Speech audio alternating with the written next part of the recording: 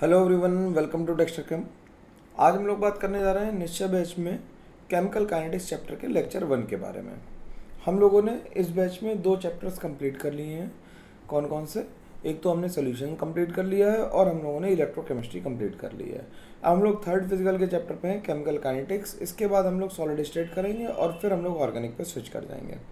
ठीक है, इंपॉर्टेंट कर रहे हैं, सरफेस वगैरह को लास्ट में ले लेंगे। ठीक है, केमिकल काइनेटिक्स चैप्टर को मैंने ये सोचा है कि अब मैं रिटन नोट्स ना लूँ और सीधे तुम्हें लिख लिख के पढ़ाऊँ, तो तुम्हें ये फील होगा कि मैं कितना लिख पाता हूँ। ठीक है, स्पीड देखना कितनी कम हो जाती है और तुम्हारा टाइम कितना ज़्यादा लगता है। इस वीडियो के बाद मैं 2 लेक्चर बिल्कुल केमिकल काइनेटिक्स के लिख के पढ़ाऊँगा ऑन स्पॉट। फिर देखते हैं कितना टाइम लगता है एक लेक्चर को पढ़ाने में, क्योंकि काफ़ी लोग कह रहे थे कि बहुत तेज़ हो जा रहा है, इतनी तेज़ हो रहा है, उतनी तेज़ हो रहा है। तो मैंने कहा चलो लिख के पढ़ा देते हैं। ठीक, फिर देखते हैं कि क्या हो रहा है। और अगर 2 लेक्चर के बाद तुम सारे लोग ये कमेंट करोगे, मेरे को कम से कम 50 कमेंट चाहिए इस बारे में, या 20 कमेंट तो कम से कम चाहिए कि सर पॉजिटिव या नेगेटिव दोनों में कि ये ठीक चल रहा है तो इसी को कंटिन्यू कर देंगे, मेरे को कोई दिक्कत नहीं है। लेकिन अगर लिखा हुआ ही चाहिए कि इससे थोड़ी सी स्पीड बढ़ जाती है, टाइम सेव होता है, तो वो, या फिर तुम्हें अगर स्लो डाउन होना है तो फिर ये तरीका ठीक है। दोनों ही ठीक है मेरे लिए। तो हार्डली मैटर्स, पहले लिख लो या साथ में लिख दो। साथ में लिखने में ज़्यादा आराम है मेरे को, तो लिख के लाने में ज़्यादा दिक्कत है क्योंकि डबल काम हो जाता है। तो केमिकल काइनेटिक्स के लेक्चर 1 के बारे में हम लोग डिस्कशन अपना शुरू करेंगे। हम लोगों को जो नोट्स हैं वो वेबसाइट पे मिल जाएंगे, अपने बैच पे जाएंगे, चैप्टर नेम और प्रॉब्लम शीट को वहाँ से डाउनलोड कर लेंगे और उसका लिंक डायरेक्टली जो है वो डिस्क्रिप्शन बॉक्स में मैंने दे रखा है, तो वहाँ से भी आप उठा सकते हो। डायरेक्ट काम हो जाएगा हम लोगों का, है ना। तो पढ़ना शुरू करते हैं, बात करते हैं केमिकल काइनेटिक्स की। भाई थोड़ा सा और पुश कर दो लोगों को, कम से कम यार 10,000 सब्सक्राइबर तो जल्दी जल्दी हों। तुम लोग शेयर नहीं कर रहे हो, पता नहीं, कुछ लोग तो कर ही रहे हो, बढ़ रहे हैं, लेकिन तेज़ी से नहीं हो रहा ना। कि हो सकता है कोई, मैं ऐसी बात बोलूँ क्या कि वायरल हो जाऊँ। अरे यार, वायरल तो फीवर होता है ना। तो बात करते हैं केमिकल काइनेटिक्स की। अब जब केमिकल काइनेटिक्स की हम लोग बात करेंगे, तो केमिकल काइनेटिक्स मतलब हम लोग केमिकल की बात करेंगे। केमिकल की बात करेंगे तो हम लोग कहेंगे कि हम रिएक्शंस की बात करेंगे। किसकी बात करेंगे? रिएक्शंस की बात करेंगे। और काइनेटिक्स शब्द सुन के हमें दिमाग में आता है काइनेमेटिक्स, मतलब हम स्पीड की, वेलोसिटी की, मोशन की बात करेंगे, रिएक्शन के मोशन की बात करेंगे। तो रिएक्शन की हम क्या निकाल रहे होंगे यहाँ पे? रिएक्शन की स्पीड निकाल रहे होंगे या रेट निकाल रहे होंगे, इसके बारे में हम बात करेंगे। केमिकल काइनेटिक्स में हम क्या बात कर रहे होंगे? रिएक्शन की रेट के बारे में बात कर रहे होंगे। इसीलिए काइने मतलब होता है जो स्पीड से रिलेटेड होता है, उसे हम काइने कहते हैं। इसीलिए काइनेटिक एनर्जी होती है जिसमें मोशन होता है। काइनेटिक होंडा भी इसीलिए थी क्योंकि वो मूव कर रही थी। ठीक है, इसीलिए काइनेटिक्स है, काइनेमेटिक्स है। काइन शब्द मीन्स मोशन, है ना। तो केमिस्ट्री में मोशन देखेंगे, रिएक्शन की स्पीड को चेक करेंगे। इस बात का डिस्कशन हम लोग काइनेमेटिक्स में या काइनेटिक्स में करेंगे। तो रेट क्या होता है? रेट को अगर हम सिंपल भाषा में समझें तो किसी भी चीज़ का change per unit time is called rate.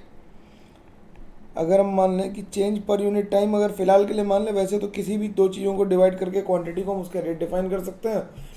तो change per unit time is called rate. जैसे अगर हमने वेलोसिटी निकालनी है, मान लो velocity is equals to change in displacement per unit time is called velocity. Change in displacement per unit time is called velocity. ठीक, तो हम लोग क्या करेंगे? केमिकल काइनेटिक्स में हम लोग रेट की बात करने वाले हैं, यानी कि वेलोसिटी की बात करने वाले हैं, रिएक्शन की। ठीक, तो इन केमिकल काइनेटिक्स में लिख देता हूं इस बात को भी कि इन केमिकल काइनेटिक्स, साथ साथ लिखते चलो, अब तो मैं लिख ही रहा हूं। In chemical kinetics, we will study the rate of chemical reactions. Chemical kinetics में जो सब लोग जानते हैं वो रेट पढ़ेंगे। तो फंक्शन ऑफ केमिकल काइनेटिक्स क्या है, क्या फंक्शन करती है, हमें क्यों ही पढ़ना चाहिए ये चैप्टर, इस बारे में भी तो डिस्कशन होना चाहिए कि हमें केमिकल काइनेटिक्स क्यों पढ़ना है। ना पढ़ें तो क्या नुकसान हो जाएगा, आगे चल के इसका क्या हमें हार्ड मिलेगा। केमिकल काइनेटिक्स हमें इसलिए पढ़ना चाहिए क्योंकि जब आगे चल के हम ऑर्गेनिक केमिस्ट्री में रिएक्शंस की मैकेनिज्म निकालते हैं तो उन मैकेनिज्म के वेरिफिकेशन में केमिकल काइनेटिक्स यूज होती है। ये कितने लोगों को बात पता थी, बताना जरा, कि केमिकल रिएक्शंस की जो मैकेनिज्म तुम ऑर्गेनिक में लिखते हुए आ रहे हो अभी तक, जो 11th में भी लिखी होंगी, उनमें तुमने मैकेनिज्म को वेरीफाई करने का तरीका, जैसे तुमने कहा था ना कि SN2 सेकंड ऑर्डर की रिएक्शन, अगर किसी ने पढ़ रखी है तो वो कमेंट करके बताना कि SN2 सेकंड ऑर्डर की ये कैसे पता लगा होगा। तो उसके लिए एक्सपेरिमेंट करा होगा, और एक्सपेरिमेंट करना मतलब स्पीड मेजर की होगी, और स्पीड मेजर करने का मतलब है केमिकल काइनेटिक्स की ज़रूरत पड़ी होगी हम लोगों को। इतनी बात मेरी समझ में आ रही है?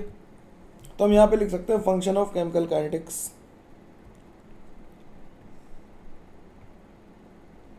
तो लिख लेते हैं function of chemical kinetics. Function of chemical kinetics की बात करें तो इसके दो मेजर फंक्शंस हैं। क्या? पहला तो rate of a chemical reaction, rate of a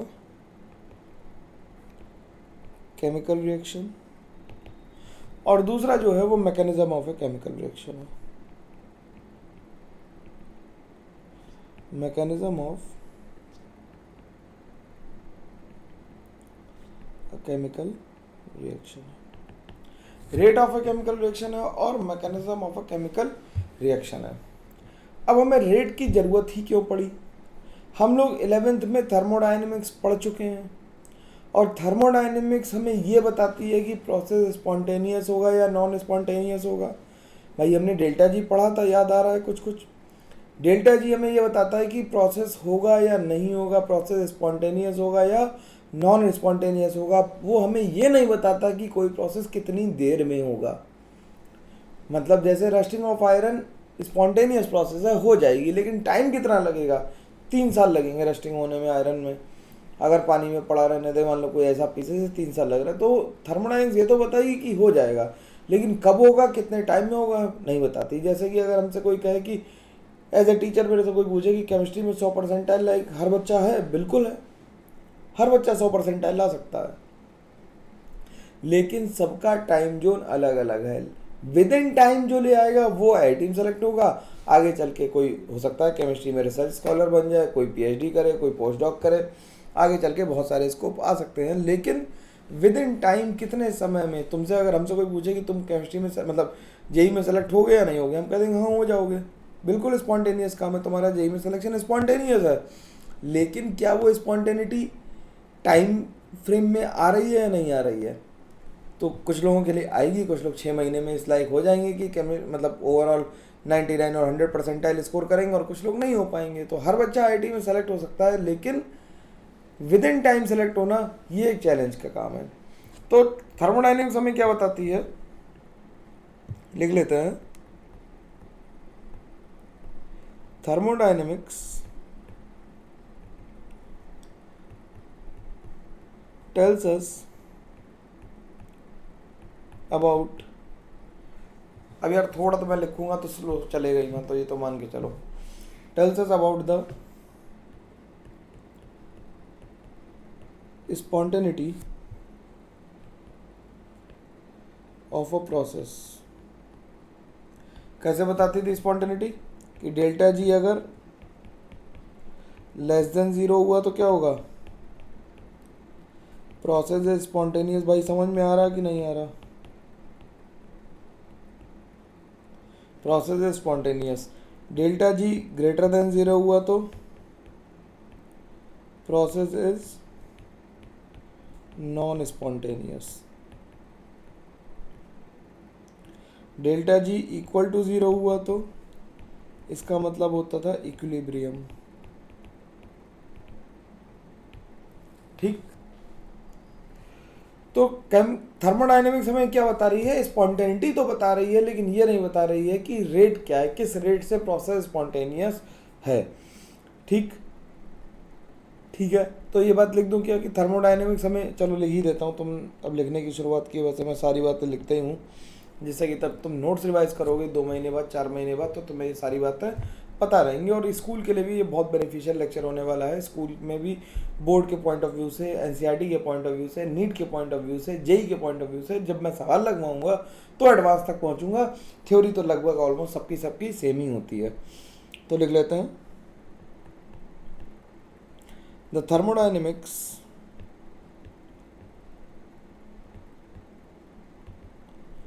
tells us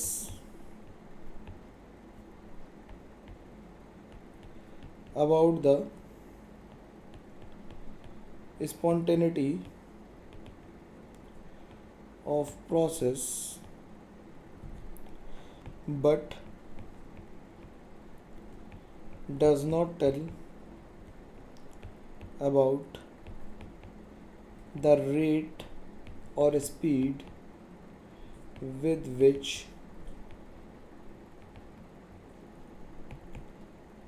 the process occur। with which the process occur, हमें ये बात थर्मोडायनेमिक्स नहीं बताती कि किस रेट से या किस स्पीड से काम हो रहा है।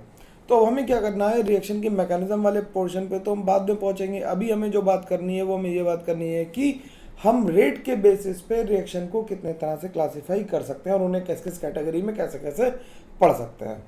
ठीक, तो हम बात करते हैं रेट ऑफ रिएक्शन की। तो हेडिंग डाल लेते हैं rate of reaction. Rate of reaction की अगर हम बात करें तो रेट ऑफ रिएक्शन के बेसिस पे अगर हम रिएक्शंस को क्लासिफाई करना शुरू करें तो हम 3 तरह से क्लासिफाई कर सकते हैं। कैसे कि वेरी फास्ट रिएक्शंस,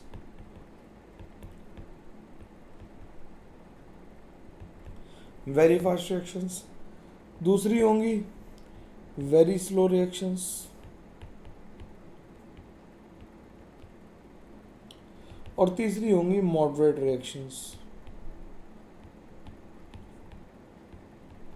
जो ना तो धीमे हो रही है ना तेज हो रही है। वेरी फास्ट रिएक्शन के एग्जांपल हम लिख सकते हैं एसिड बेस रिएक्शन, जो फ्रैक्शन ऑफ टाइम में ख़त्म हो जाएंगी। ऐसी रिएक्शंस को हम एसिड बेस रिएक्शंस कहते हैं, और वो बहुत तेज होंगी तो उन्हें पढ़ने के लिए हमें टेक्निक्स अवेलेबल हैं। फ्लैश फोटोलिसिस जैसी टेक्निक्स अवेलेबल हैं हमारे पास। क्रोमेटो मतलब बहुत सारे लेज़र्स हैं और बहुत सारे हमारे पास इंस्ट्रूमेंट ऐसे हैं जिनसे हम इन रिएक्शंस के भी रेट को पढ़ सकते हैं, लेकिन अपने स्कोप में नहीं है। तो अभी हम एसिड बेस रिएक्शंस को वेरी फास्ट रिएक्शन डाल देते हैं और उस पर हम उलझन दिमाग को नहीं करते। ठीक, मॉडरेट रिएक्शन जैसे रस्टिंग, वेरी स्लो रिएक्शन जैसे rusting of iron. Rusting of iron क्या है? वेरी स्लो रिएक्शन है, बहुत 6 महीने 8 महीने साल भर लगेगा, तो उसे एक्सपेरिमेंट करते करते आदमी बूढ़ा हो जाएगा। मान लो अगर 5 रीडिंग लेनी है तो फिर 5 साल लगेंगे, तो कहानी खत्म हो जाएगी और उसके बाद भी कुछ गड़बड़ हो गई तो और लेथल। अब मॉडरेट रिएक्शंस कौन सी होती हैं? They occur in lab frame of time.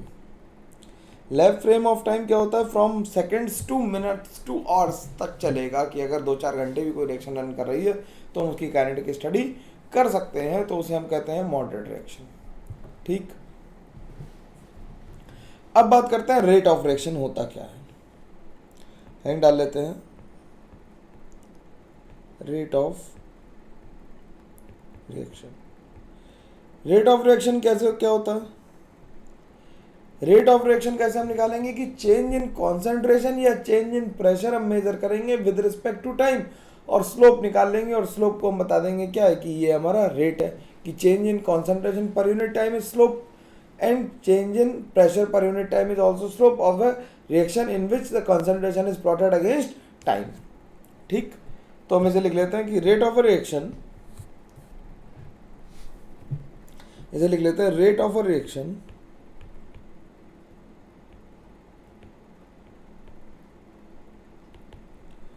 Can be determined,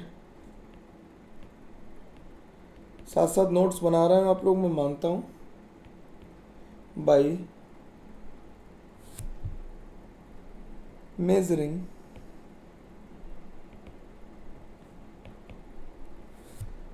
the change in concentration और pressure of reactants or products as a function of time. ठीक, अब हम कॉन्सेंट्रेशन टर्म में या फिर प्रेशर के टर्म में रिएक्टेंट या प्रोडक्ट के चेंज को हम लोग मेजर कर सकते हैं विद रिस्पेक्ट टू टाइम। ठीक, अब ये दो तरह से करा जा सकता है, तो लिख सकते हैं we can do it in two ways. तो we can major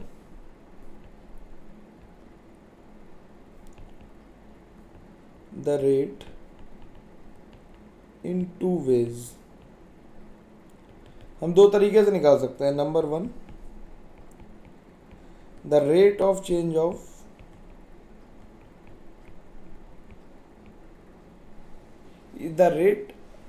of concentration or pressure of reactant, और इसे कहते हैं rate of disappearance,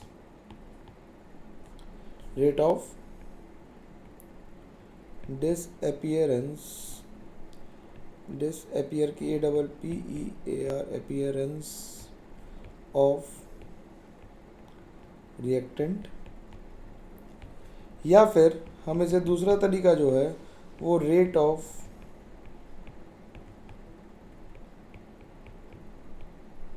appearance of product के फॉर्म में मेज़र कर सकते हैं। ठीक, तो अगर हम मान लेते हैं कोई रिएक्शन ए से बी हो रही है, हमने मान लिया कोई रिएक्शन कैसे हो रही है, ए से बी हो रही है। अब ए से बी रिएक्शन हो रही है और हम कंसंट्रेशन वर्सेस टाइम का ग्राफ प्लॉट करना चाहते हैं। कंसंट्रेशन वर्सेस टाइम का ग्राफ प्लॉट करना चाहता है। अगर कॉन्सेंट्रेशन वर्सेस टाइम का ग्राफ प्लॉट करना चाहते तो हमने मान लिया कि ए जो था वो टाइम के साथ डिक्रीज कर रहा था और जो हमारा बी था वो टाइम के साथ इंक्रीज कर रहा था। तो ये बी हो गया, ये हो गया ए। ठीक, तो किसी मोमेंट ऑफ टाइम पे अगर हम देखें, इस मोमेंट पे देखें तो इस ग्राफ का स्लोप भी आएगा। बोलो भाई, इस ग्राफ का स्लोप ये आ जाएगा। बहुत मैथमेटिक्स लगेगी काइनेटिक्स में, इसका ध्यान रखना। इस ग्राफ का स्लोप क्या आ जाएगा, ये आएगा। तो ये हो जाएगा रेट, और यहाँ पे स्लोप पॉजिटिव है तो प्लस dV/dt लिख देंगे। किसी पॉइंट यहाँ पे अगर हम मेजर करें,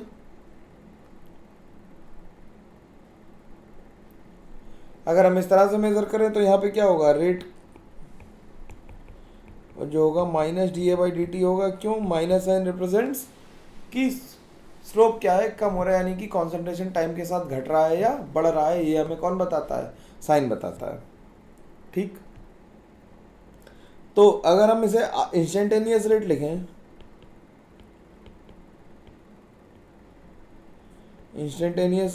तो हम क्या लिख देंगे, R = D concentration bye dt।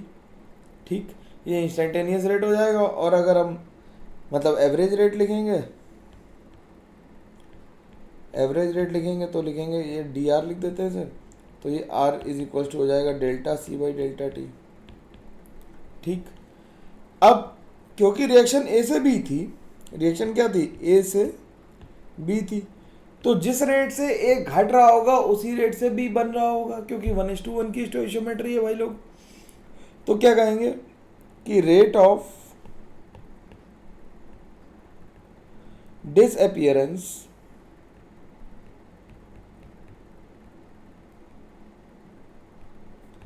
Of A is equals to rate of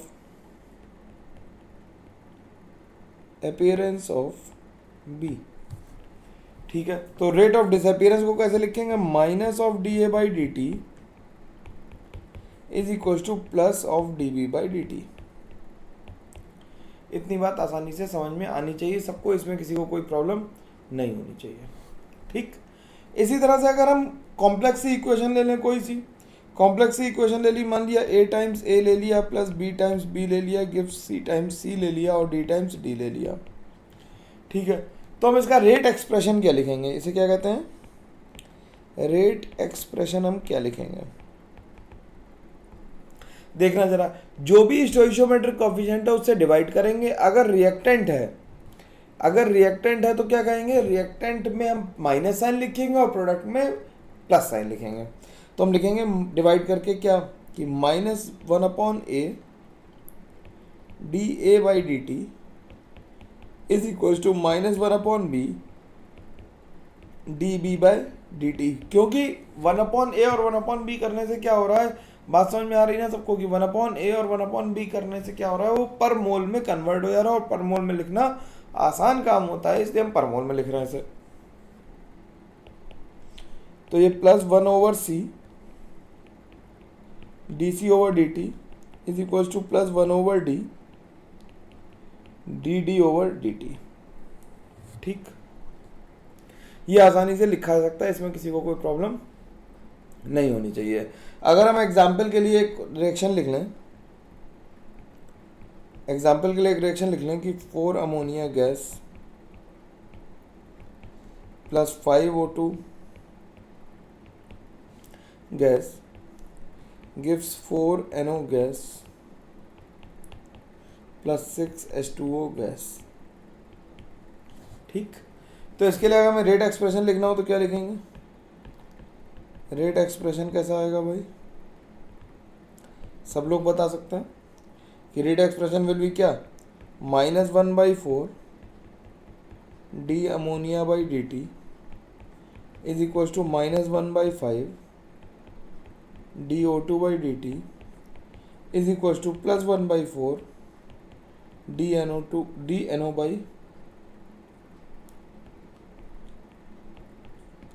और ये +1/6 d water/dt हो जाएगा। सिंपल बात है, आसानी से लिखी जा सकती है और इस पे भी मेंस में क्वेश्चन काफ़ी बार पूछे जाते हैं और लोग गलत करके आते हैं। मैं तुमसे गलत करवाऊंगा, क्वेश्चन सब लोग लास्ट में करेंगे क्लास के।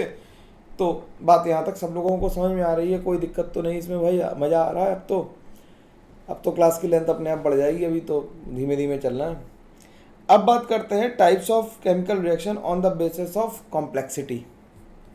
तो यहीं डाल लेते हैं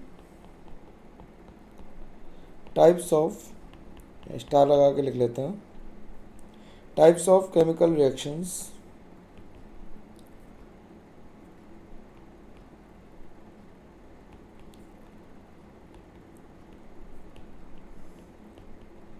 on the basis of complexity. अब अगर हमें कॉम्प्लेक्सिटी के बेसिस पे रिएक्शन को डिवाइड करना हो तो हम दो तरह से डिवाइड कर सकते हैं रिएक्शन को। कैसे, कि या तो रिएक्शन सरल होगी या क्लिष्ट होगी, या तो सरल होगी या कॉम्प्लेक्स होगी, या सिंपल होगी या कॉम्प्लेक्स होगी। तो सिंपल को हम कह देंगे एलिमेंट्री और कॉम्प्लेक्स तो कॉम्प्लेक्स है ही। तो ये कैसी होंगी, दो तरह की, एलिमेंट्री रिएक्शंस होंगी या फिर कॉम्प्लेक्स रिएक्शंस होंगी। तो अब सवाल उठता है कि एलिमेंट्री रिएक्शन क्या है। एलिमेंट्री रिएक्शन वो होती है जो एक सिंगल स्टेप में खत्म हो जाए बिना किसी इंटरमीडिएट के बने, बिना किसी इंटरमीडिएट के फॉर्म हुए अगर रिएक्शन एक स्टेप में कंप्लीट हो जाती है तो उसे हम कहते हैं एलिमेंट्री रिएक्शन। कैसे लिख लेते हैं इस बात को, एलिमेंट्री रिएक्शन की डेफिनेशन लिख लेते हैं।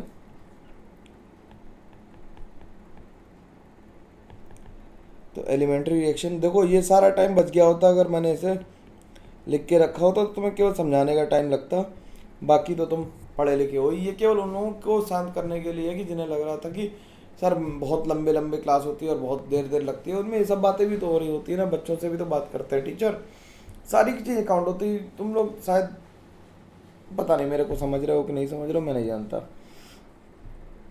तो लिख लेते हैं चलो भाई कि an elementary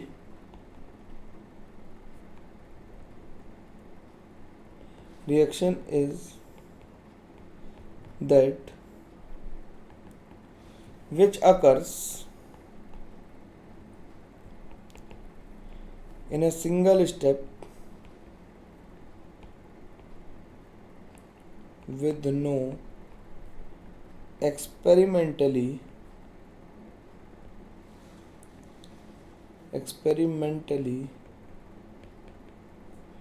detectable reaction intermediates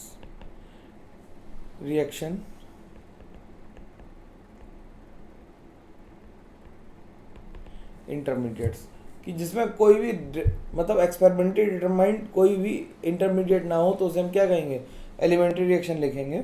जैसे अगर हम एग्जांपल इसका लिख दें तो एग्जांपल लिखें NO plus O3 gives NO2 plus O2। लेकिन हम इसकी शक्ल देख के नहीं बता पाएंगे कि रिएक्शन एलिमेंट्री है या नहीं।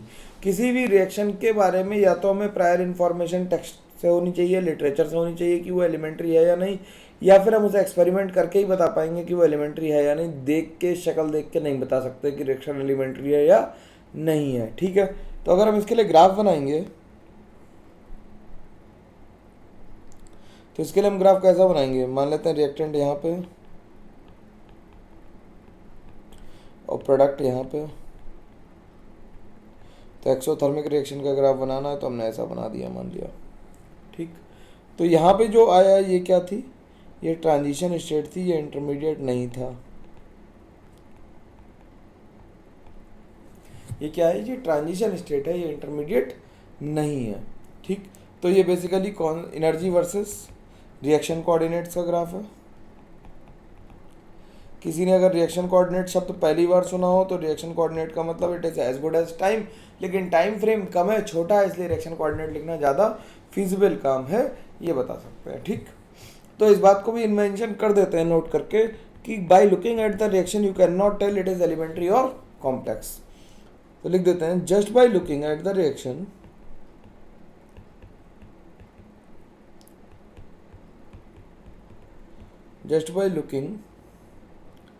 थोड़ा गंदा लिख गया, सही कर देते हैं इसे। Just by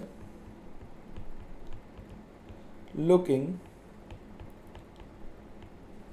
eight the reaction we can not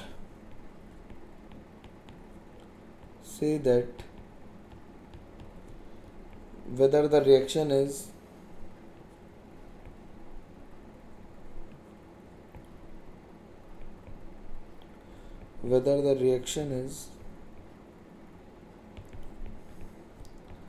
an elementary reaction, whether the reaction is an elementary reaction or a complex reaction।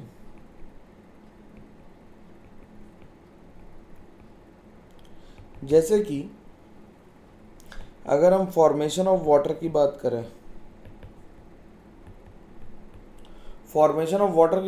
तो H2 gas plus half O2 gas gives H2O। ये कैसी रिएक्शन देखने में लगती है, पानी बन रहा, पानी तो हम लोग जब तक बनाते रहते हैं, तो ये रिएक्शन कैसी होनी चाहिए, ये रिएक्शन होनी चाहिए एलिमेंट्री। लेकिन एक्चुअली ये बहुत ही कॉम्प्लेक्स रिएक्शन है, इसकी मैकेनिज़्म बहुत मुश्किल होती है, बहुत ज़्यादा बड़ी मैकेनिज्म होती है, तो ये कॉम्प्लेक्स रिएक्शन होती है। तो फिर कॉम्प्लेक्स रिएक्शन कौन सी होती है, जो एक स्टेप में ख़त्म ना हो, जिसमें कई सारे इंटरमीडिएट बने या एटलीस्ट कम से कम एक इंटरमीडिएट तो बने। और जब कॉम्प्लेक्स रिएक्शन को ब्रेक करा जाएगा, मेरी बात पहले ध्यान सुन लो कि कॉम्प्लेक्स रिएक्शन कौन सी है, जो एलिमेंट्री कौन सी है जो एक स्टेप में खत्म हो गई, और कॉम्प्लेक्स कौन सी होगी जो एक स्टेप में खत्म नहीं होगी, उसे हम क्या कहेंगे, कॉम्प्लेक्स रिएक्शन कहेंगे। वो एक स्टेप में खत्म नहीं होगी तो उसमें इंटरमीडिएट बनेंगे, और उसकी हर स्टेप कैसी होगी, हर स्टेप जो कॉम्प्लेक्स रिएक्शन की होती है, छोटी स्टेप, उसे हम एलिमेंट्री रिएक्शन बोल सकते हैं, मान सकते हैं, कह सकते हैं। ठीक, तो वहीं डाल लेते हैं complex reaction.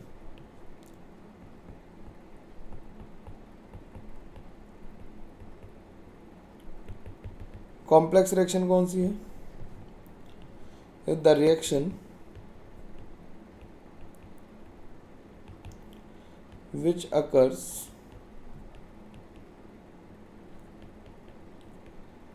in more than one step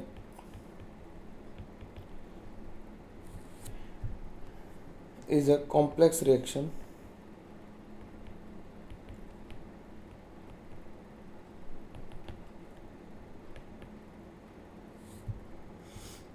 for every complex reaction, for every complex reaction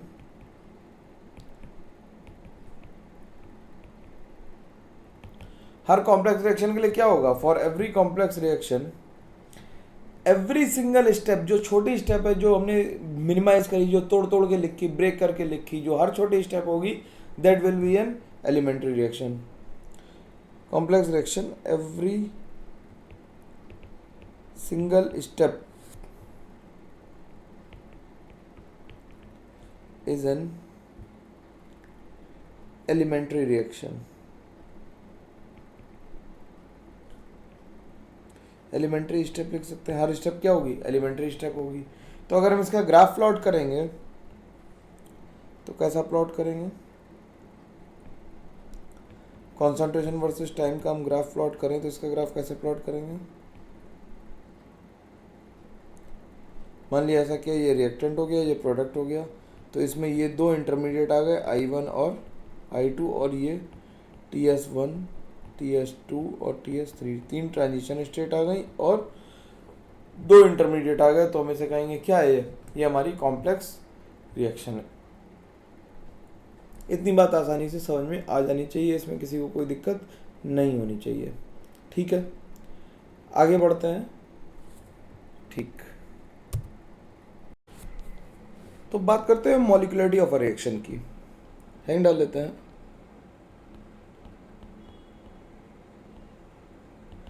molecularity of a reaction,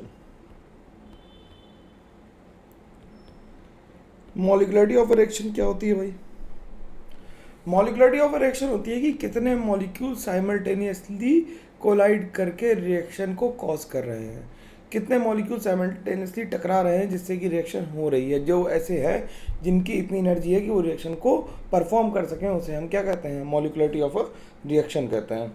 तो लिख लेते हैं, molecularity of a reaction, molecularity of a reaction is equal to the total number of reactant molecules taking part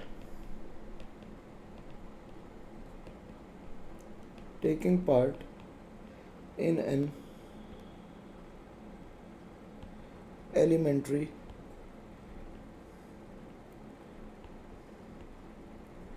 reaction, कि कितने molecules हैं जो elementary reaction में participate कर रहे हैं, उसे हम मॉलिक्यूलरिटी कहते हैं। या फिर हम कहते हैं कि कितने मॉलिक्यूल जो कोलाइड कर रहे हैं जिससे रिएक्शन हो रही है, उसे हम क्या कहेंगे, मॉलिक्यूलरिटी ऑफ द रिएक्शन कहेंगे। या इसे हम और करके लिख देते हैं यहाँ पे। अब देखो लिख रहे हैं तो थोड़ा समय तो लगेगा ही है ना, थोड़ा टाइम तो लगेगा ही। लिखो the total number of reactant molecules,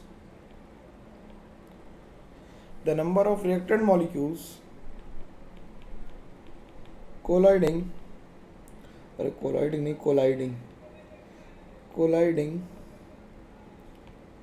with each other so as to cause क्या करने के लिए, a chemical reaction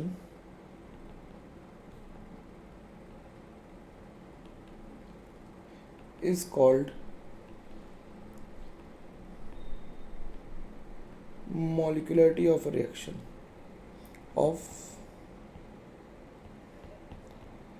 that reaction, उसे हम क्या कहेंगे, मॉलिक्यूलरिटी ऑफ दैट रिएक्शन कहेंगे। अब मॉलिक्यूलरिटी जो होती है, मॉलिक्यूलरिटी के लिए एक बात बहुत पॉपुलरली कही जाती है कि मॉलिक्यूलरिटी थियोरेटिकल टर्म होती है, यानी कि हम इसे देख के बता सकते हैं। तो लिख लेते हैं, molecularity of a reaction is a theoretical term, और मॉलिक्यूलरिटी कॉम्प्लेक्स रिएक्शंस के लिए डिफाइन नहीं होती, ये केवल एलिमेंट्री रिएक्शन के लिए डिफाइन होती है, जैसा कि ऊपर हमने बात की है। क्योंकि एलिमेंट्री रिएक्शन में ही हम ये जज कर पाएंगे कि कितने मॉलिक्यूल साइमल्टेनियसली टकरा रहे हैं। कॉम्प्लेक्स रिएक्शन में तो मल्टीपल स्टेप होंगी और जो ओवरऑल रिएक्शन होगी उन मल्टीपल स्टेप्स का सम या ऐड करके ही हम निकालेंगे उन्हें। तो कॉम्प्लेक्स रिएक्शन के लिए मॉलिक्युलरिटी रिएक्शन का कोई मतलब नहीं होता। लिख लेते हैं, it has no meaning, it has no meaning for a complex reaction। Complex reaction के लिए इसका कोई मतलब नहीं होता है। तो हम इसे क्या कहते हैं कि मॉलिक्युलरिटी क्या है कि कितने पार्टिकल टकरा के एक रिएक्शन को कॉज कर रहे हैं। सिंपल बात है, बात समझ में आ जानी चाहिए आसानी से, ठीक है। अब टाइप्स ऑफ केमिकल रिएक्शंस देख लेते हैं इसके हिसाब पे। Types of reactions on the basis of molecularity। मॉलिक्युलरिटी के बेसिस पे कितनी रिएक्शंस हो सकती हैं इसके बारे में बात करनी है। तो पहली रिएक्शन हम लोग लिख लेते हैं, पहला टाइप लिख लेते हैं यूनिमॉलिक्यूलर रिएक्शन।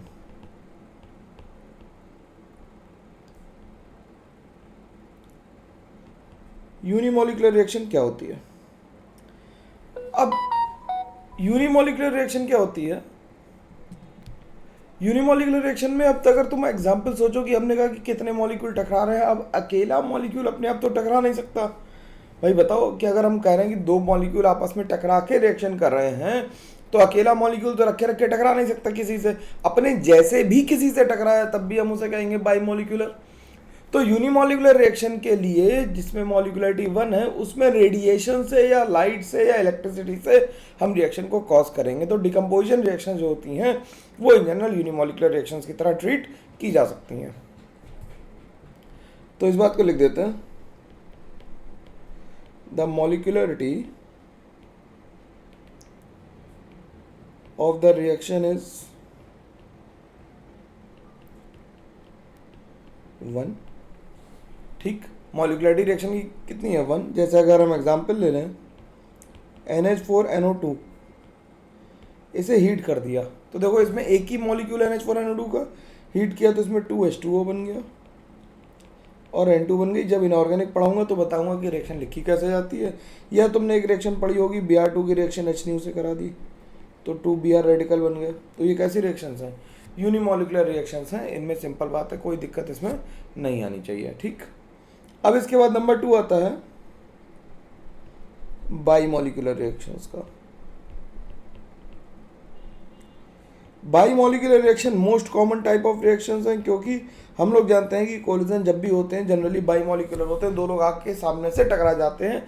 ऐसा बहुत कम होता है कि तीन लोग अलग अलग डायरेक्शंस हैं, कार्टून के अलावा डोरेमोन को छोड़ दो तो सब जगह दो लोग ही आपस में टकराते हैं। तीन अलग अलग डायरेक्शन से सेम टाइम पे किसी भी चीज़ के मिलने की प्रोबेबिलिटी बहुत कम होती है। तो बाइमॉलिक्यूलर कोलिजन क्या होते हैं? पॉपुलर कोलिजन्स हैं, ज़्यादा मतलब फ्रीक्वेंट हैं और ज़्यादा इनकी प्रोबेबिलिटी भी ज़्यादा है बाइमॉलिक्यूलर कोलिजन्स की। ठीक है, तो लिख लेते हैं the molecularity of the reaction is 2। The molecularity of the reaction is 2। Molecularity कितनी? रिएक्शन की 2 है। जैसे अगर हम एग्जांपल लें इसका तो हम सुक्रोज की हाइड्रोलिसिस ले लें। हमने सुक्रोज को हाइड्रोलाइज किया, ये क्या है? सुक्रोज। सुक्रोज को ही केन शुगर भी कहते हैं या टेबल शुगर हमारी जो है वो सुक्रोज होती है। ठीक, इसकी हाइड्रोलिसिस कर रही है तो इससे क्या बनता है? C6H12O6 प्लस C6H12O6 यानी कि क्या बन जाते हैं? ग्लूकोज और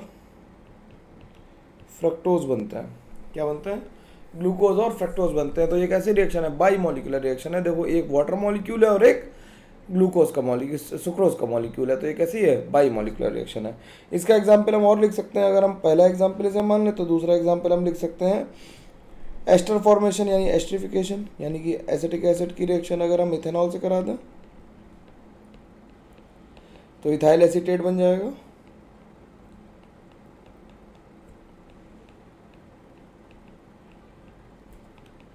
प्लस वाटर, तो ये एस्ट्रिफिकेशन रिएक्शन, इसका नाम क्या है? ये एस्ट्रिफिकेशन रिएक्शन है, ठीक है। तो इसमें क्या है, मॉलिक्यूलरिटी रिएक्शन की कितनी है, 2 है, ठीक। अब इसी तरह से ट्राई मॉलिक्यूलर रिएक्शन लिख लेते हैं। Number 3 is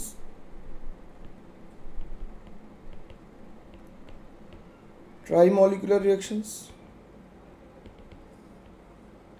try molecular reactions के लिए कह सकते हैं कि मॉलिक्यूलरिटी कितनी होगी रिएक्शन की, 3 होगी। तो सिंपल बात है, इसमें भी लिख देते हैं कि the molecularity of the reaction is 3।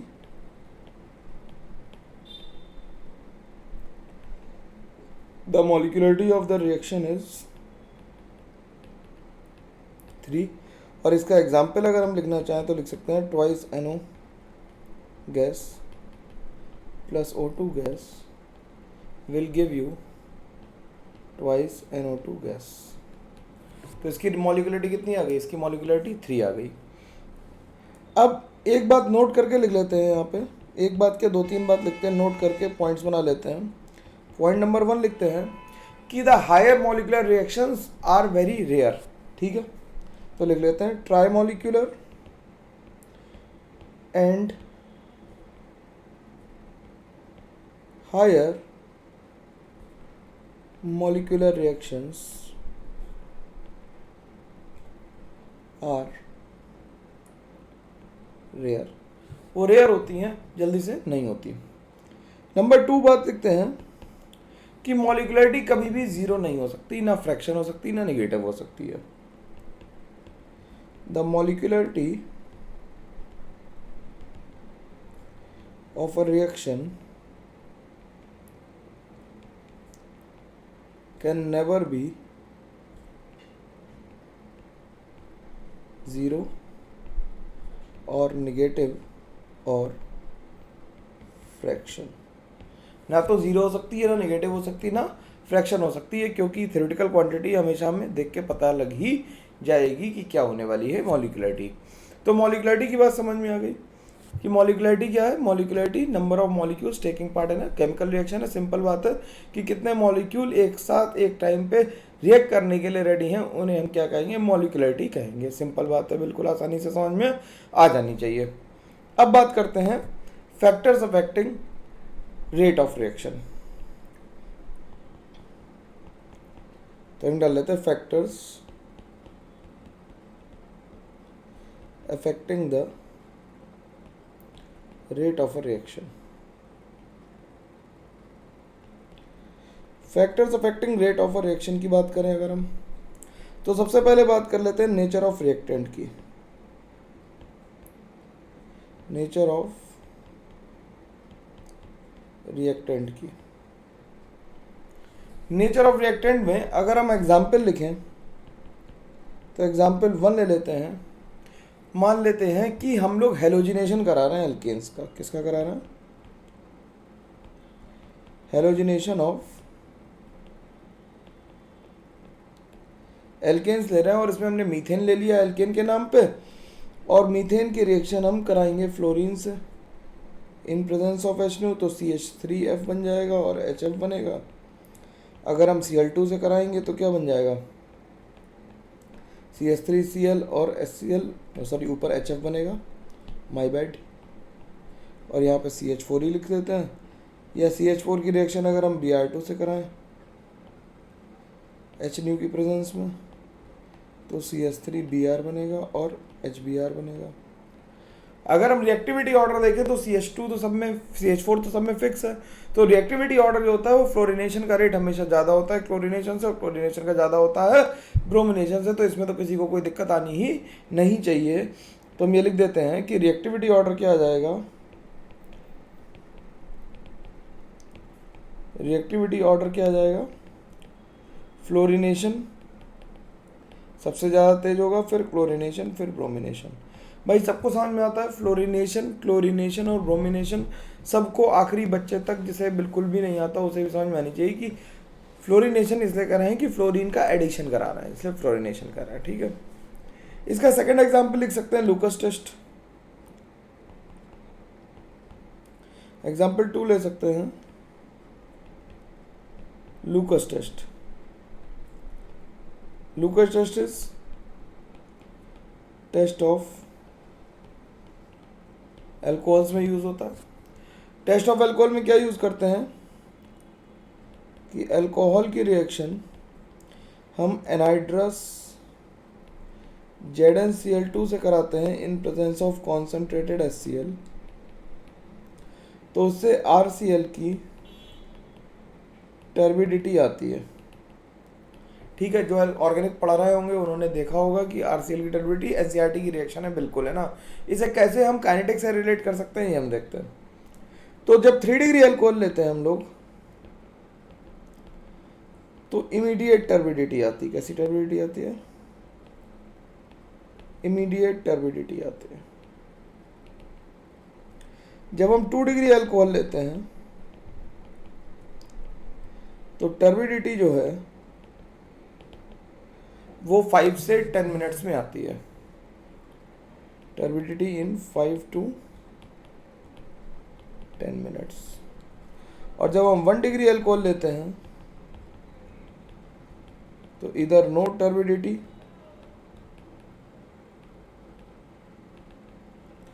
और टर्बिडिटी आफ्टर लॉन्ग टाइम। या तो टर्बिडिटी नहीं आएगी या टर्बिडिटी आएगी तो बहुत देर में आएगी। ठीक है, सिंपल बात है, इसमें किसी को कोई प्रॉब्लम नहीं होनी चाहिए। ये तो ऑर्गेनिक में पढ़ा ही हुआ है। जिन्होंने ऑर्गेनिक नहीं पढ़ी है तो जब मैं अल्कोहल पढ़ाऊंगा 1 महीने में तो फिर बात आ जाएगी इसकी भी कोई दिक्कत नहीं है। दूसरा जो फैक्टर है नेचर ऑफ रिएक्टेंट के बाद जो नंबर 2 है वो है concentration of reactant, product and catalyst. concentration of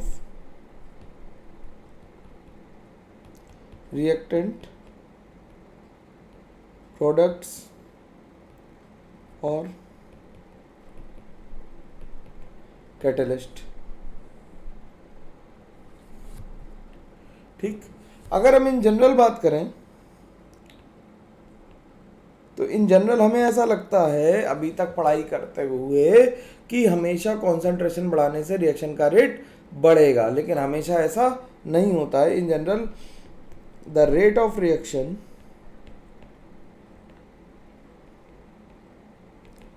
is proportional to concentration of reactant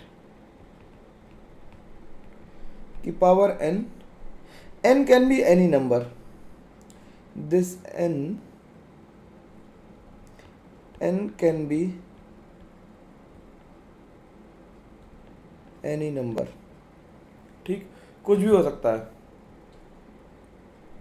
अगर रिएक्शन केवल सिंगल साइड जा रही है यानी कि इरिवर्सिबल रिएक्शन है तो केवल रिएक्टेंट पे ही डिपेंड करेगा, प्रोडक्ट पे डिपेंड नहीं करेगा।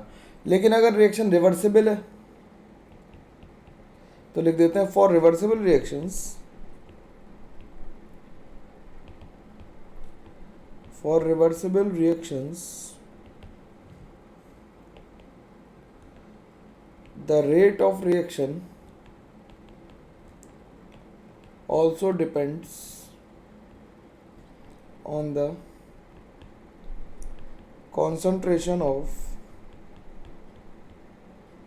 प्रोडक्ट के कॉन्सेंट्रेशन पे भी डिपेंड करेगा। ठीक, कुछ स्पेसिफिक रिएक्शंस के लिए कैटलिस्ट पे भी डिपेंड करता है, इन जनरल नहीं करता है। लेकिन कुछ स्पेसिफिक रिएक्शंस होती हैं जिनके लिए कैटलिस्ट के कंसंट्रेशन पे भी डिपेंड करता है। जैसे एसिडिक मीडियम में अगर हाइड्रोलिसिस ऑफ एस्टर कराई जाए तो कम H+ कंसंट्रेशन पे जो कैटलिस्ट की तरह काम करता है उसका रोल प्ले करने लगता है, लेकिन हायर कंसंट्रेशन पे वो नहीं काम करता। तो फिर सूडो मॉलिक्यूलर रिएक्शंस डेवलप होती हैं, उनके बारे में भी हम लोग देखेंगे। अभी पहले भी हम बात कर लेते हैं कि लिख देते हैं फॉर सम रिएक्शंस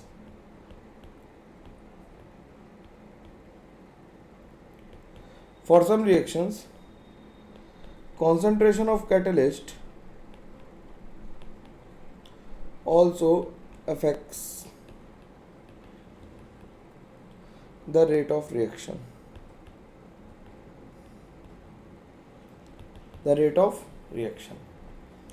अब बात आती है नंबर 3 इज टेम्परेचर। यहाँ से बात थोड़ी गहन शुरू होगी।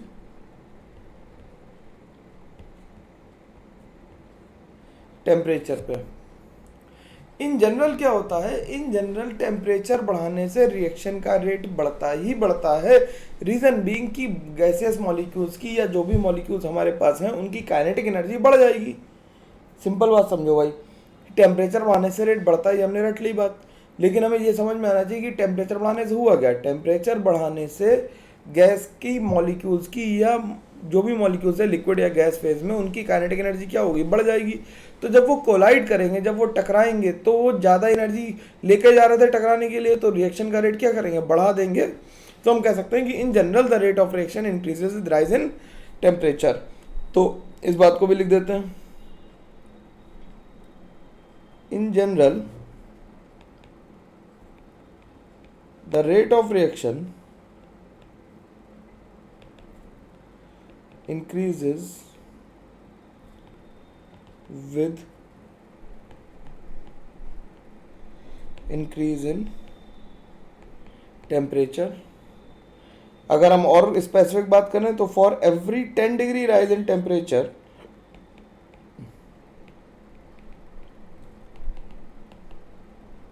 अब 10 डिग्री का या 10 केल्विन का they are the same thing, क्योंकि लीनियर स्केल है, कोई फर्क ज़्यादा नहीं पड़ता। For every 10 degree rise in temperature it becomes 2 to 3 times, यानी कि rate at temperature T+10 upon rate at T is almost equals to 2 to 3। और इस इक्वेशन को हम ध्यान रखेंगे। इन जनरल हम कहते हैं 2 ही टाइम्स बढ़ता है, 3 टाइम्स नहीं बढ़ता। तो इन जनरल हम क्या कहेंगे, किसे हाईलाइट कर लेते हैं, 2 को हाईलाइट कर लेते हैं कि 2 टाइम्स ही ज़्यादा लिखेंगे, 3 टाइम्स नहीं लिखेंगे। और इसे कहते हैं टेम्परेचर कोएफिशिएंट। क्या कहते हैं, इसे कहते हैं टेम्परेचर कोएफिशिएंट।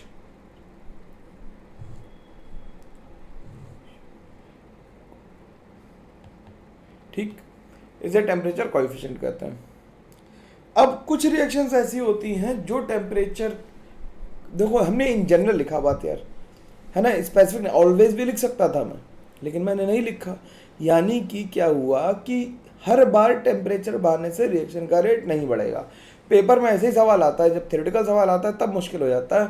कहता है कि ऑलवेज जहाँ पे भी लिख दे तो तुम निगेटिव बात सोचो।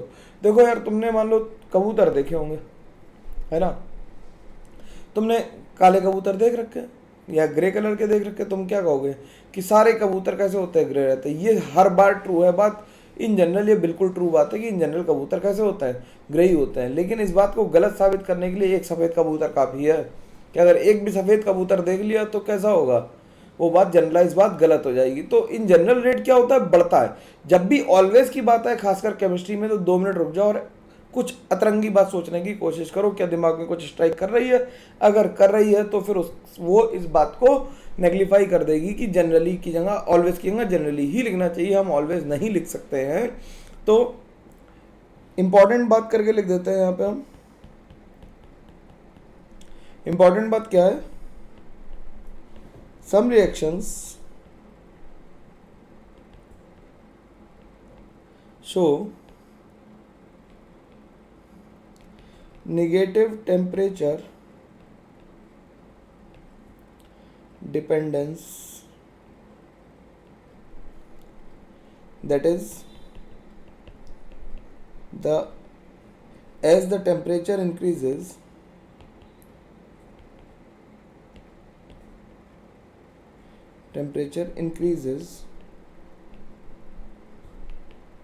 the rate decreases।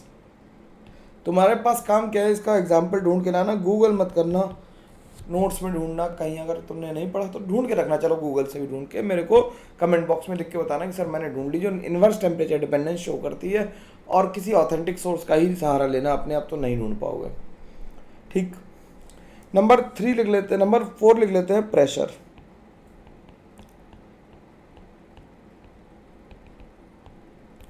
प्रेशर पे कैसे डिपेंड करेगी, तो अगर गैसियस रिएक्शन है तो effect of change of pressure भी दिखाई देगा, अदरवाइज वो दिखाई नहीं देगा। तो हम लिख देते हैं the effect of change of the effect of change of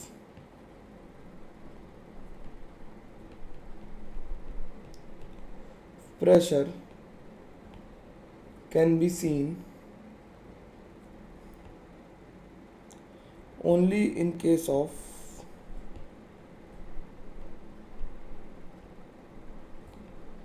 gaseous reactions।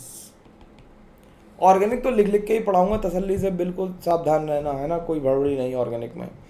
ठीक, इनऑर्गेनिक भी मैं तेज नहीं पढ़ा रहा हूँ, या मतलब फिजिकल भी मैं तेज नहीं पढ़ा रहा हूँ, बिल्कुल तसल्ली से ही पढ़ाऊंगा। बॉन्डिंग भी बहुत आराम से पढ़ाऊंगा। ठीक, नंबर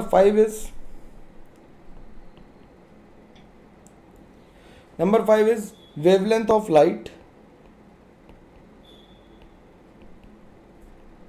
फोटोकेमिकल रिएक्शंस में wavelength of light and intensity of light पे भी डिपेंड करेगी।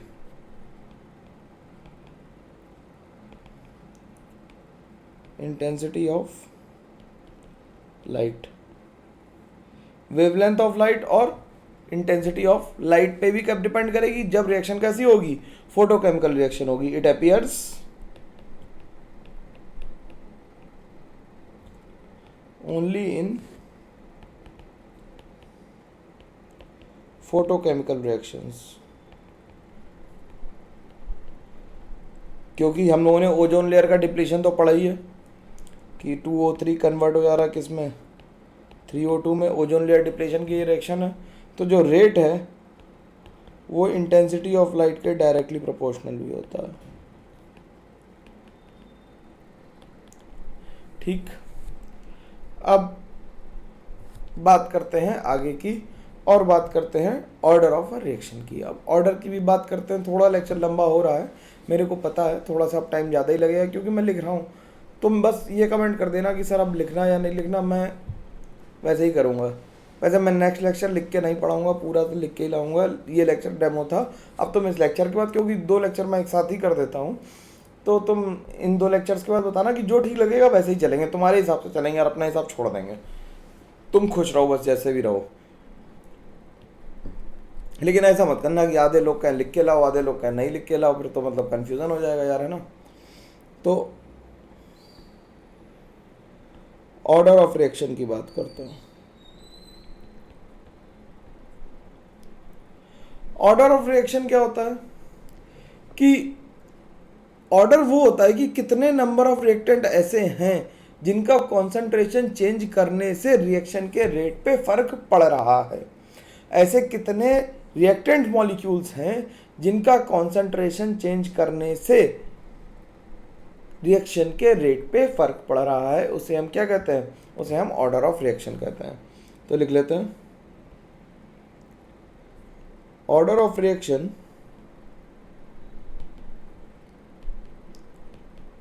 is the number of reactant molecules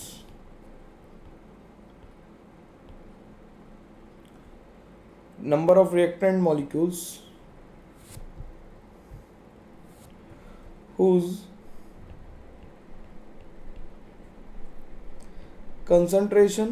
change in concentration, ऐसा लिख लेता है, whose change in concentration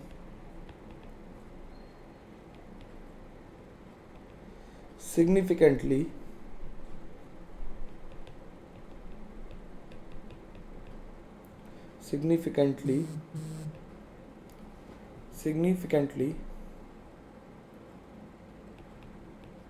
changes the rate। जैसे अगर हम इसे लिखें तो A times A plus B times B gives C times C plus D times D लिख दिया। ये कोई रिएक्शन थी, तो इसका रेट जब हम लिखेंगे तो रेट इज प्रोपोर्शनल टू लिखेंगे लॉ ऑफ मास एक्शन से। लॉ ऑफ मास एक्शन हम जानते हैं कि rate is directly proportional to the active mass of reactant to the power some constant B raise to the power n। तो order of reaction क्या हो जाएगा? Order of reaction क्या होगा? m प्लस n के बराबर होगा। और मॉलिक्यूलरिटी ऑफ रिएक्शन क्या होगी यहाँ पे? मॉलिक्यूलरिटी ऑफ रिएक्शन कितनी हो जाएगी? Molecularity of reaction A plus B के बराबर हो जाएगी। अगर एलिमेंट्री रिएक्शन है, अगर A is equals to m है और B is equals to n है, तो हम कह सकते हैं कि reaction then the reaction can be considered as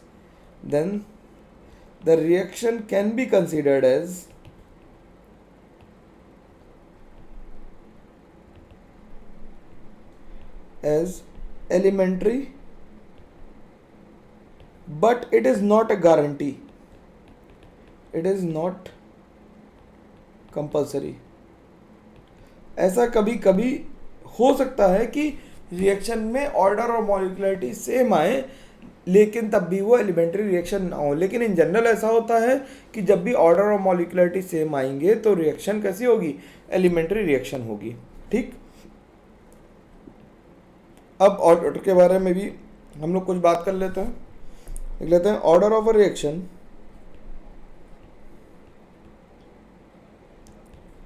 is an experimental quantity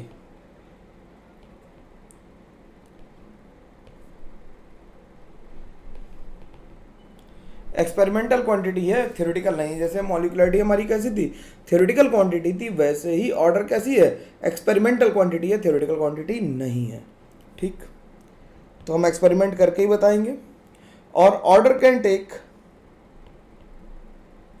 order of a reaction can be, ऐसा लिख देते हैं, order of a reaction can be positive number, negative number, fraction और ज़ीरो, कुछ भी हो सकता है ऑर्डर, कोई ज़रूरी नहीं है, कोई नियम कायदे नहीं है कि ऑर्डर ऑफ रिएक्शन हमेशा पॉजिटिव होगा, ऐसा बिल्कुल ज़रूरी नहीं है। वो पॉजिटिव भी हो सकता है, नेगेटिव भी हो सकता है और ज़ीरो भी हो सकता है। सिंपल बात है, इसमें कोई दिक्कत की बात नहीं है। ठीक, आगे बढ़ते हैं और एक सवाल को देखते हैं।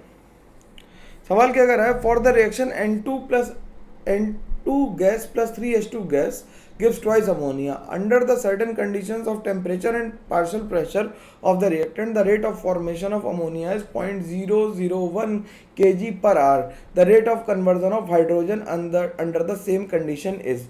तो ठीक है, हमें दिया हुआ है तो हम इस रिएक्शन को एक बार रीराइट कर लूँ। N2 gas plus 3H2 gas, कुछ क्वेश्चंस करके देख लेना है, सिंपल आज। अगली क्लास में थोड़ी सी बात मैं आगे बढ़ा के करूँगा, उसमें डेरिवेशंस करने पड़ेंगे तो लिखना ही पड़ेगा ज़्यादातर मेरे को, मतलब लिख के नहीं ला सकता उसमें भी, सॉरी। तो इसके लिए हम क्या लिखेंगे, माइनस dN2/dt, रेट एक्सप्रेशन क्या लिखेंगे, is equals to -1/3 d hydrogen by dt is equals to plus d ammonia by dt। अब हमें क्या दिया हुआ है, अमोनिया का रेट ऑफ फॉर्मेशन दिया हुआ है। गिवन क्या है, ध्यान से देखना भाई, गिवन है हमें रेट ऑफ फॉर्मेशन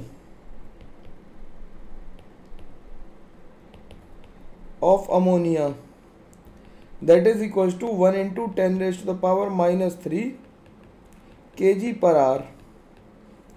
ठीक, इसे अगर हम मोल्स में कन्वर्ट कर लें तो दैट विल बी 1/17 × 10⁻³ kg को मोल्स में लिख लें तो इसे हम क्या लिखेंगे, इंटू 3 कर दें, 10⁻³ ग्राम्स कर दें, तो ये मोल पर आवर आ जाएगी। ठीक, केजी में था, केजी को हमने ग्राम में कन्वर्ट किया तो 1 ग्राम हो गया, 1 ग्राम को 1/17 कर दिया तो ये हो गया 1/17 मोल पर आवर। ठीक, हमेशा रिएक्शन को मोल में ही डील करेंगे, कभी भी हम रिएक्शन को केजी या उसमें डील नहीं करेंगे। जो जनरली गलती हो जाती है लोगों से वो यही है। तो ये बेसिकली दिया था d अमोनिया बाई dt, और हमसे निकालने क्या कहा है, हमें निकाला rate of conversion of hydrogen, hydrogen हमें निकालना है तो हाइड्रोजन के लिए लिखा -1/3 dH2/dt is equal to +1/2 d ammonia by dt। तो इसकी वैल्यू दी हुई है तो dH2/dt की वैल्यू कितनी आ जाएगी, माइनस में ही रखेंगे क्योंकि कम हो रहा है, तो 3/2 टाइम्स 1/17 यानी कि 3/34 मोल्स पर आर आ गई। और हमें अगर ग्राम में कहा जाएगा तो हम ग्राम में भी निकाल देंगे, ग्राम में 2 से मल्टीप्लाई कर देंगे तो D hydrogen by D T अगर हम लिख दें माइनस साइन के साथ, तो दैट विल बी 3/17 ग्राम पर आर। और केजी में लिखना होगा तो केजी में 10⁻³ से मल्टीप्लाई कर देंगे और लिख देंगे। आसान सवाल था, सरलता से हो गया, कोई दिक्कत इसमें किसी को भी नहीं आनी चाहिए। ठीक है, नेक्स्ट क्वेश्चन पे चलते हैं। नेक्स्ट क्वेश्चन क्या कह रहा है, for a given reaction 3a + b gives c + d, the rate of the reaction can be represented. ये तो सिंपल है, देखो जरा, -1/3 अगर मैं यहीं पे लिख दूँ इसका आंसर, तो क्या लिखूंगा, -1/3 dA/dt is equals to -dB/dt is equals to +dC/dt is equals to +dD/dt। तो ऐसा ऑप्शन फर्स्ट है, तो आंसर फर्स्ट आ गया। इसके बाद बारे में तो सोचना ही बेकार है, कोई फायदा नहीं होगा। ठीक है, सिंपल सवाल। अगला सवाल क्या कह रहा है, अगला सवाल ये कह रहा है कि the rate of a gaseous reaction is given by the expression K × A × B। तो हमें रेट जो दिया हुआ है R इज इक्वल टू लिखा हुआ है K × A × B। तो ऑर्डर ऑफ रिएक्शन क्या लिखें, order of reaction with respect to A is 1 and with respect to B is also 1। और ओवरऑल ऑर्डर जो हमें इंफॉर्मेशन दिया है, ओवरऑल ऑर्डर इज 2। ठीक, अब कह रहा है if the volume of the vessel is suddenly reduced to 1/4। तो if volume is reduced to 1/4,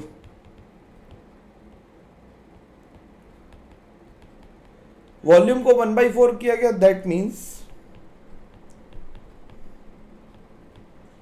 means concentration becomes 4 times, concentration becomes 4 times, 4 गुना हो जाएगा concentration। ठीक, then the rate will be क्या हो जाएगा, K × 4A × 4B, तो यानी कि 16 K × A × B, यानी कि रेट कितने टाइम्स हो गया, रेट हो गया 16 टाइम्स हो गया। तो आंसर आ गया डी। सिंपल सवाल था, आसानी से लग जाए। काइनेटिक्स के सवाल एडवांस के तो मैं लगवा देना तुमको, अरे सर ये सवाल आया था, इतना बेकार। अगला सवाल देखते हैं। In the reaction 2A + B gives A × B, if the concentration of A is doubled and B is half, then the rate of reaction will be assuming the reaction to be elementary. For elementary reaction हम कह सकते हैं, for elementary reaction the molecularity is same as is equal to, molecularity is equal to order of reaction. तो हम इसका rate लिख सकते हैं, R is equal to K × A⁻2 और B की पावर 1। अब क्या कर रहा है, B के कॉन्सेंट्रेशन को डबल कर दिया, तो R prime will be K × 2A की पावर 2 और B की पावर B/2 कर दिया, तो R प्राइम विल बी हो जाएगा 4/2 टाइम्स K A की पावर 2 B की पावर 1, यानी कि ये हो गया 2। तो R prime will be 2R।